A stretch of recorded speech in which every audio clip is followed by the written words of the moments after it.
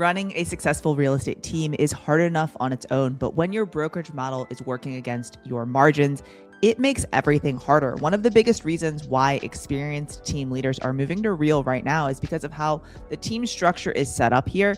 It's flexible, it's financially smart, and it's designed to actually support growth instead of penalize it. So today, in this video, I'm going to break down everything that you need to know about how teams work at Real. Whether you're already a team leader or you're considering starting a team, we'll dig in to how splits are structured, to what makes our model different from what most team leaders are used to. Let's dig into talking about teams.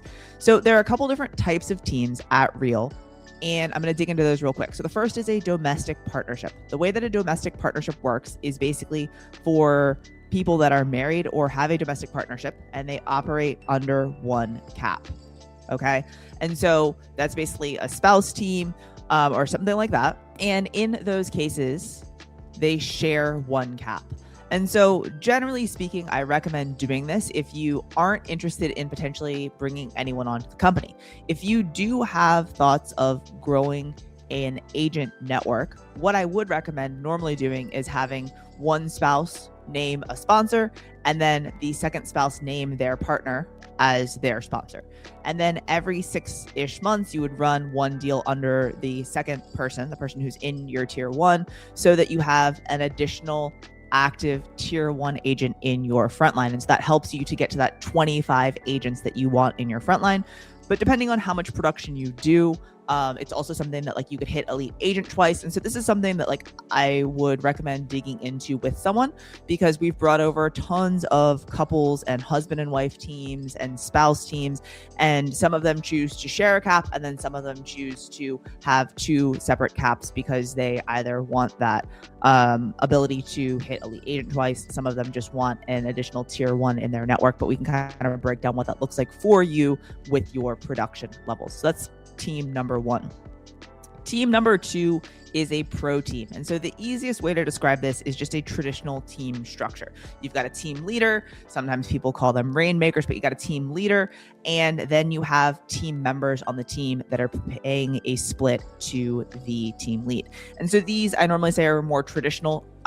Splits on these range anywhere between 25 to 50%, or maybe more, maybe less, that you're paying to the team lead on every single deal. These I normally, when I'm explaining this to people, it's like these are the more higher accountability teams, right? One thing, in order to qualify to be a pro team, if you're a team lead or you're looking to come over, you have to have done at least 5 mil in production over the past 12 months. And then you also have to have a team agreement signed with Real that says that your agents that are on that half cap underneath you are always going to pay you at least 10% on every deal. So this isn't, oftentimes when brokerages are coming over or groups are coming over, they want to put agents on a lower cap, on a half cap. I don't necessarily recommend doing that if they are selling a ton on their own, or it's not like a traditional team setting, because like, again, in order for them to qualify for that half cap, they always have to pay you at least 10% as a team leader. Okay, so we got domestic teams, we have pro teams, and then the third type of team is called a marketing group. And so this is something that I normally say is like a lower accountability type group. Maybe it's that you all have the same email address. So like my email address is katie@movemetotexas.com. Maybe you have 10 other agents in your local market or across your state that you guys all operate under the same umbrella, and you trade referrals depending on the city it's in or the area of town that it's in, but like you're not meeting. As a team lead, you're not really giving a ton other than like the marketing name or umbrella that you're all operating under. And so with a marketing group, you have an internal team agreement of like, hey, this is how referrals work. This is how, this stuff works. And then everyone's on their own 12K cap. So again, this is like if you have an experienced group and everyone's just kind of referring maybe transactions back and forth, you're under the same umbrella, you have the same email, you do marketing together. Maybe you have a marketing person that puts out marketing for everyone on your team. That's a marketing group. And so everyone's a little bit more equal in this setting. And so that's kind of the third way that you can have a team. Okay. And so that has no minimum requirement for previous transactions or anything like that, but those are the three types. So digging into the commission plan for teams, the way that everything works here at Real is as follows. So for every single agent that's at the company, if they are an individual agent with the company, they have no monthly fees, and then they have the 85-15 split. For an independent agent or a team leader, you have that $12K cap. So you pay in $12,000 to real. We have two other types of caps for agents that are available at real. We have that $6K cap for standard team members. But in this case, remember, they always have to pay at least 10% on every deal. And then if you are a team doing 100 mil a year and you have 12 or more people on your team, you would then potentially qualify for the 4K cap for your team members. So we have the 12K individual cap or the team lead cap. And then the standard team cap is the half cap at 6K. But then there's that platinum team or the 100 mil team that is a 4K cap. Okay. And so the cap is individual.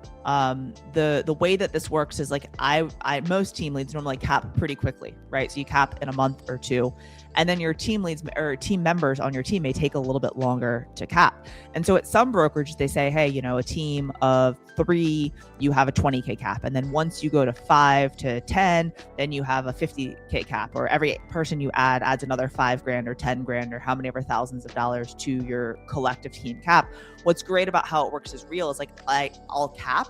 And then if I add more team members, it doesn't penalize everyone else on my team and make that cap goal be further away. That new team member has their own cap. And I'll show you that a little bit more in reZEN and where that's kind of set up in reZEN. Okay. Again, so as a team leader, I really like that the cap is individual. When we talk about fees, another thing that I like is, again, it's $85.15 with the 12K cap. Once I cap, I have that $285 post-cap transaction fee. But then once I hit Elite, that post-cap transaction fee drops down to $129. And so in a deal, if I'm capped, my teammate agent on my team isn't capped, I'm only paying half of a post-cap transaction fee. So I'm paying $285 divided by 2, $142.50 as my side of a 50% deal. And then they're paying 15% on their $85.15 for their side of the deal. So again, I'm not getting penalized for having more agents on my team. And then once I hit Elite agent status, it drops down to $129. Another thing that I like as an agent is if I'm a team lead and an agent leaves my team, because of revenue share, if I'm their sponsor or someone on my team is their sponsor, I'm incentivized to keep them at real, but not necessarily even just keep them at real, but to continue to provide support and direction so that they are able to be successful here at real. So you can help your team agents build their own teams or whatever it may be, but you're incentivized to help them be more successful. And then the other thing that I think is really important for teams is my team agents on my team are able to make more money. So I said in a previous video that almost every agent on my team has brought over at least one other agent, right? Whether they've joined our team or just joined Real and joined the Real community as a whole, but almost every single person has brought someone over. And so in that sense, they're able to make a few $1,000s each year off of revenue share, right? And so they're able to make a little bit more money. Here also with the stock purchase program and things like that, they also make money when they opt into the stock purchase program, when they bring on an agent, they sell their first home, and also when they cap, right? And so they have some ways in which they are able to make more money that they probably weren't doing on their own. All right, so what I want to dig into next is the flexibility in the team structure. So we have here what is called pro teams. And so pro teams is the way in which you're able to kind of build the team, your team, the way that you want. So it's whether you're scaling a mega team or you just have your own team, it gives you control over your team's financial structure. So what that means in plain English is like you can change splits depending on the agents. You can change splits depending on the deal. You can update fees and things like that depending on how you charge fees. I know some teams where the team lead actually pays the cap for their agents, right? And so they have different splits depending on if agents pre-cap or post-cap. Even if you're on a team that's 50-50 or 75-25 or whatever the splits are, you can adjust these up and down. You can also scale, different ways. And so I really like that. And so to show you what that looks like on an actual deal, I have a deal pulled up here. Down here at the bottom in reZEN, it says payment participants. And so in here, I can just easily adjust who gets what. And so this is showing 25-75. So I could change this to 40-60. and it'll show, the different numbers changing. But then what I really like about how this breaks down is then if I click on this little arrow here, it's going to show how much of the $40 CBR fee is split up between the agents. Since both of these agents are doing the stock purchase program, here's the pre-cap stock purchase program. Here is the post-cap stock purchase program and how much the agent would receive as far as matching. And then this, again, since this agent is not yet capped, this is the 15% that's going to real. And then this is part of the transaction fee that's going to real. So you see the gross up top, and then you see the net down below. And so I can adjust the splits to be 40-60, or we'll do 50-50. The other thing that we can do that is a little bit more customizable is our private label program. And so the way that the private label program works is it's intended for independent brokerages who have built a really great brand, want to stay independent, but maybe you need more help on the back end. Maybe it's processing of payments and cutting checks. Maybe it's the training. Maybe it's the got-a-minute questions. And so we've seen many brokerages come over, independent brokerages come over to Real. They keep their branding, they keep their signage, they keep their office that all says ABC Realty, but then it's powered by Real on the back end. And so the way that it works is basically through a DBA. And so you would have like a new office code in the MLS. And so like in Houston, our office code is RODY01. And so you'd be like RODY10 and you'd have ABC Realty, but Real would be the back end system of it. There's pros and cons to it. And so I dig into this with a lot of independent broker owners, but the way that it works again is the DBA. It allows you to keep your name and brand. It isn't necessarily approved in all 50 states and provinces, but they're working on it. And if you're a large independent brokerage or, have a higher agent count and, volume that you would be bringing over, there could be a probability that we would be able to bring over other states faster. But as far as things go, it's not necessarily in every state just yet. As far as pros to private label, there are other things that are great. Obviously, you can keep your brand and reputation. You can tap into Real's platform. So tapping into Real's platform is being able to offer your agents stock purchase program. It's being able to offer the agent benefits. It's able to offer them revenue share, but you retain your brand and your assets. If you are interested in agent attraction to Real as a whole, it's not always great doing private label because you come over and then people don't necessarily know because nothing's changed with your marketing and your branding that you're at a new brokerage. And so oftentimes people will slowly adjust to then include Real. And I've seen a lot of people actually that are over on private label at a certain point drop, their own name and add in Real and have those two side by side. And so, I think that Kofi with Global Red is a good example of this because on their website, they have that they're, Global Red at Real Luxury. But then there's other brokerages that have come over that they don't show that at all. So you can really decide what you want to do there. Okay. As far as states where we're live with private label right now, as of early 2026, we're live in California, Georgia, Massachusetts, Maryland, Michigan, New Jersey, North Carolina, Oregon, Texas, Virginia, and Washington. There are some states that we know that we can go live in or know that are ones that could work, which is I think Indiana, Missouri, Montana, Nebraska, New Mexico, North Dakota, Oklahoma, and South Dakota. And then the remainder of places, if I mentioned a state that you're not, that you're in that I didn't mention, there's a probability that we could do it, but there's either not enough interest or there are things in that state that may prohibit us doing it to its fullest extent. So can figure it out, but there are, ways in which we can kind of work around that. As I said, potentially if you have a large brokerage with a lot of agents like that. Okay. As far as for building a team at Real, I want to dig into some of the pros and cons. Okay. So one of the things that I really like about you building a team at Real, or about me building a team at Real, is that you're able to have your brand be front and center. And so in every single state, our requirements are basically whatever the state requirements are. And so most people in most states have their name and Real's name side by side on their signs. There are some companies where it's like, Real has to be the biggest sign and then logo on the sign. And then, your logo can be your text of your brand. It has to be the Real phone number. It has to be the Real website. And so like Real, as long as you are state compliant, is totally cool with you doing whatever is state compliant. Okay. The other thing that I really like is previously when I was in a franchise-ish model, the company that I was with would only, if we wanted to expand across the state, they would only allow us to expand to other company-owned brokerages. So for me in Houston, it was like I could do Houston, Dallas, and Austin, but I couldn't expand to San Antonio or any other city because we didn't have offices in that city and there were like rules around where you could be.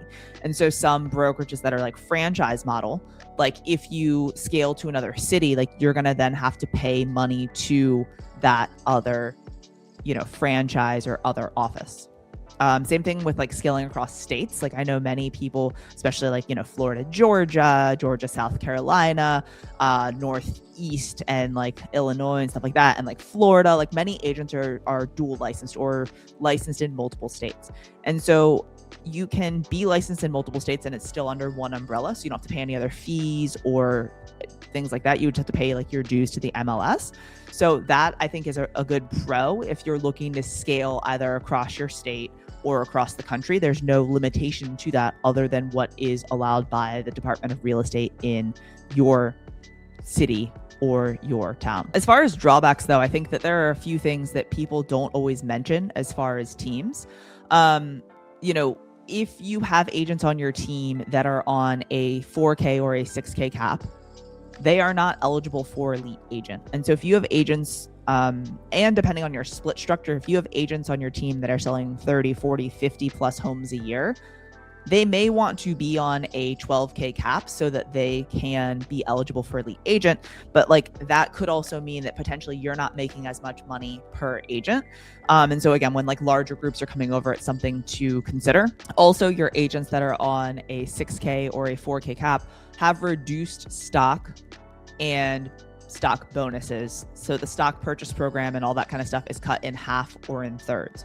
And so when we talk about the different stock purchase program stuff that we have, you'll see on the slide decks that it says like 12K cap, 6K cap, 4K cap, 12K cap, 4K cap, 6K cap. And then the same thing for the stock awards. Like if you get, when you cap, you get 150 shares right now for a 12K cap, but you only get 50 shares for a 4K cap. So all of those are just cut down a little bit.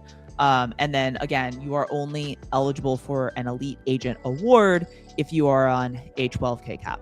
The other thing to consider, that's kind of a con for like the agents on your team, but for you as a team leader, if you're bringing over a larger group or a brokerage, if you have agents on a 6K cap or a 4K cap, you only have revenue share that's like half, right? And so if I'm thinking about how I'm going to make up money moving from being a brick and mortar group to Real, if I have agents on a 6K cap, they're only paying 6K into Real, I'm only getting a little bit of revenue share from them. Basically, the opportunity for 4K on a tier 1 agent is only 2K for an agent that's on a half cap, right? And then if they're in a lower tier, that would also be cut down, right? Because they're not paying enough money into Real as a whole for me to continue to make money from them. Bringing over a team or a brokerage to Real is a large endeavor and requires a lot of thought on the front end of if this makes sense, how we're going to make money,